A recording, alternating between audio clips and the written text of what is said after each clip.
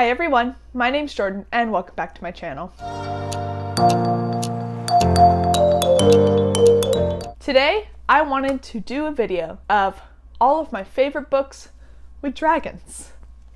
If you're a fantasy reader, you probably also love dragons. Like, are you a real fantasy reader if you didn't have the Dragonology book as a kid? I'll put that right here. Like, this was the pinnacle of reading for me. This book had like all of the little things you could like feel their scales, you could open little pouches and pull things out. It was the most interactive, fun book. All of these like ology books, there was like a bunch of them, but Dragonology, hands down the best. I've always loved dragons. One of my favorite series as a kid was Aragon. I kind of fell off towards the end, but Aragon and Eldest were incredible. There was another book, I don't remember who it was by. Basically any story where there were dragon riders and you got to have a pet dragon were my favorites. I've always loved dragons. And as an adult, that has not faded. So I have curated my list of some of my favorite books with dragons. One of these I have criticized a lot on my channel, but they got the dragons right, so I've included it. But without further ado, let's get into it. First up, I have Fireborn by Rosaria Munda. This book I've talked about so much on my channel.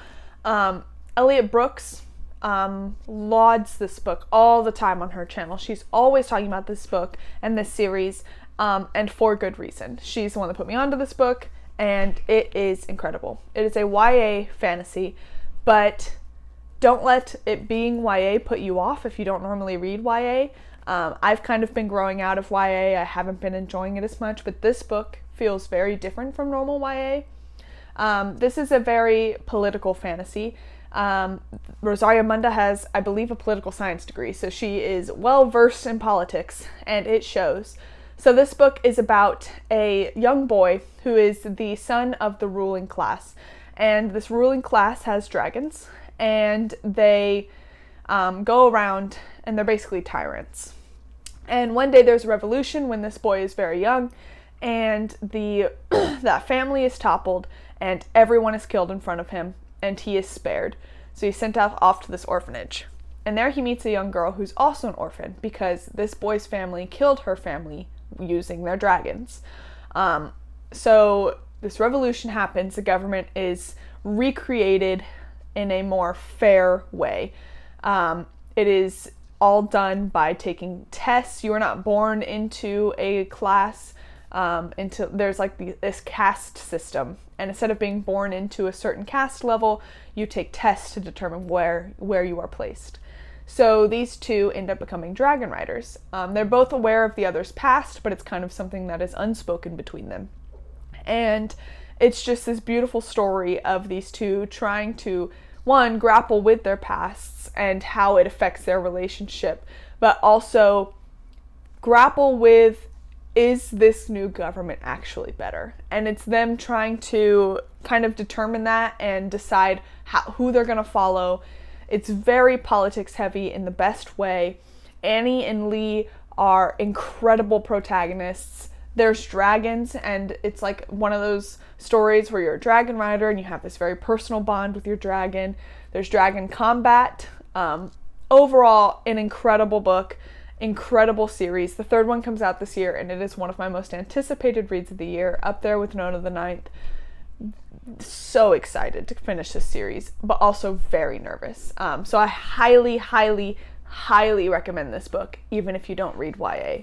I promise you it's so worth it. Next up, I have The Rage of Dragons by Evan Winter.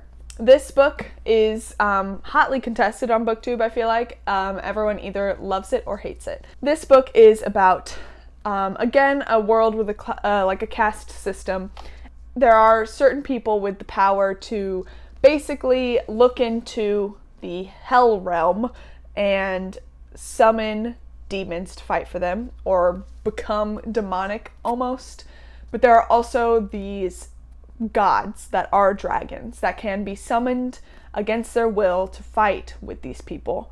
And this young man in his late teens, I believe, does not want a part of any of this war. They've been at war for thousands of years. They've been at war for so long. He wants no part of it.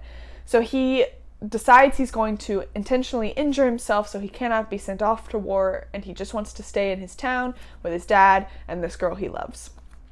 And instead, his dad is killed right in front of him for a trivial fault. And he goes on a revenge path. And it is this story of this boy just trying to get revenge for his dad.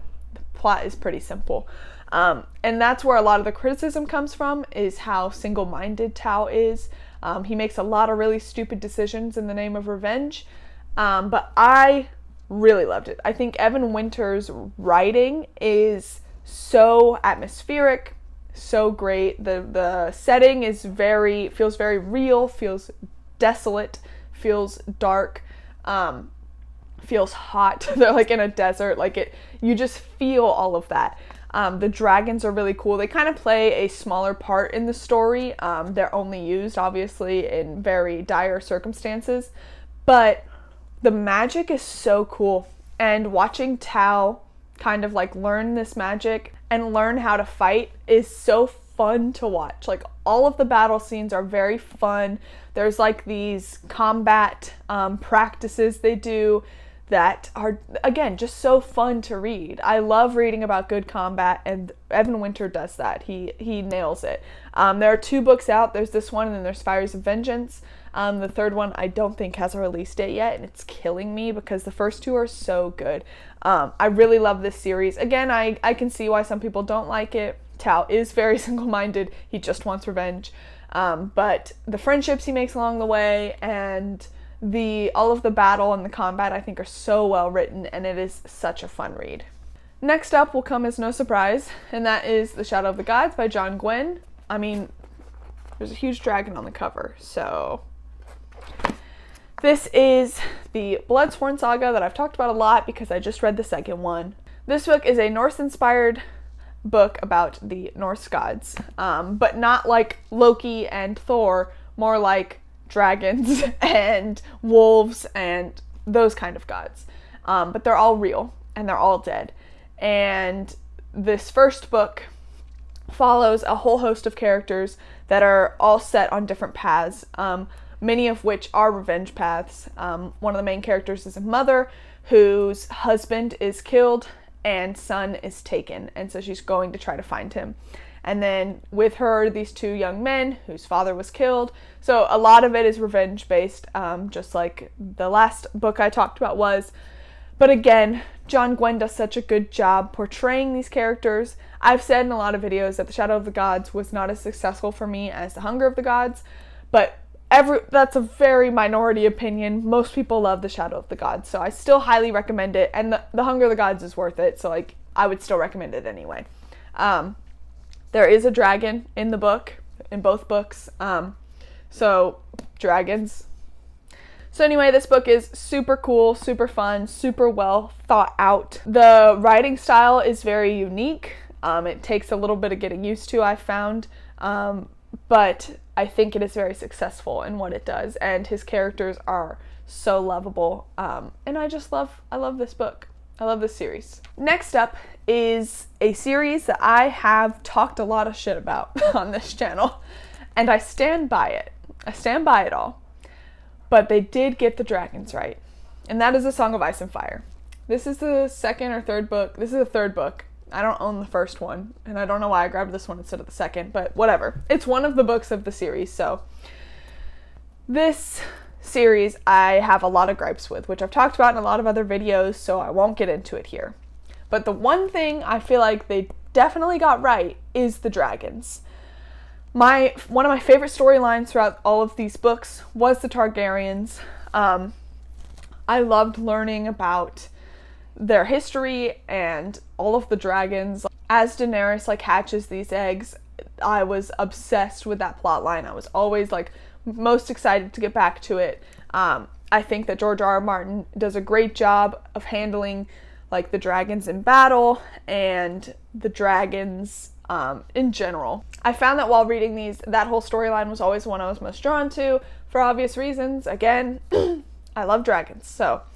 But I think that he does a really great job of bringing them to life and making them fit into the story in a way that feels organic. And the fact that these are the first dragons to be seen in so long makes it a really cool plot line. The like release or the reveal of the dragons to the general public was really fun. So I just think that while I have a lot of gripes with this series, I think the dragons are done well. And I will be rereading this in January. I'm doing like a big read along with a bunch of people to reread this series. And we will see if I can be convinced to like it more than I did the first time, because I did have a lot of problems with it. Anyway, last but certainly not least is a trilogy I'm including, and that is the Live Ship Traders trilogy. I have extolled Robin Hobb's virtues all the time on this channel, so this will come as no surprise. This series is the best series I've read this year. It is phenomenal. I finished the whole series this year so far, and it is so good. Now, the dragons in it, I don't think are technically called dragons in the book. They're called serpents. But they're big winged serpents that fly around, so they're dragons. And this series is so unique. Like, these dragons are so different from anything you have ever read, I promise you. And I don't want to get too far into it because there are a lot of spoilers. The serpents are very enigmatic for the first like 2 books. Like, you really have no idea what's going on with them. So I won't get into it much. But this story, the characters are so amazing. The whole storyline with the serpents is beautiful. This series is so expertly crafted, and I'm so excited to continue on with the Realm of the Elderlings. Like, it's taking everything within me to not just drop every other book on my list and just read the Realm of the Elderlings, like, all the way through. I'm scared I would burn myself out, which is why I'm not doing that, but it's taking everything in me not to do that, because I am so excited for the rest of this series. I'm so excited to get back into the world with Fitz and the Fool. Basically, just so excited for the rest of this series. But Robin Hobb does something with dragons in this book that I've never seen anything like, and it is so beautiful, so well done, so well crafted. I highly recommend, if you have not read Robin Hobb, to please start. They're so good. So yeah. And that is a list of some of my favorite books with dragons. I love dragons, and I assume most of the people that watch this channel also read a lot of fantasy, so also love dragons. It's like a prerequisite for reading fantasy. Not that all fantasy has dragons, but some of the best fantasy has dragons. Thank you guys for watching this video. If you liked it, please like, comment, and subscribe. Please give me some more dragon recommendations. Let me know some of your favorite books with dragons. I am always looking for more. Thank you guys for your support. As always, it means the world to me. If you really like my content, please hit the notification bell to be notified every time I post a new video. And again, until next time, thank you.